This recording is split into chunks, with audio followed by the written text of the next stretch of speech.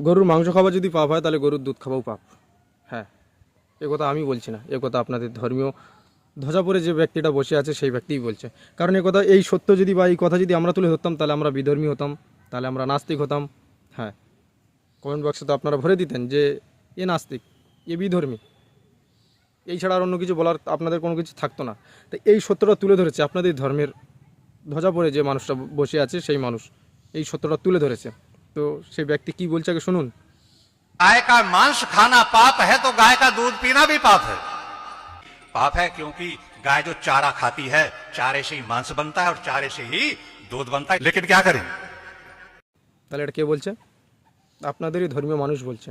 এটা কিন্তু আমি বলিনি। এই সত্যটা যদি আমি তুলে ধরতাম তাহলে হয়তো আজকের প্রচুর মানুষ আমাকে নাস্তিক বলতো, প্রচুর মানুষ আমাকে বিধর্মী বলতো এবং বাপ-মা তুলে আরও খিস্তি মারতো তারা।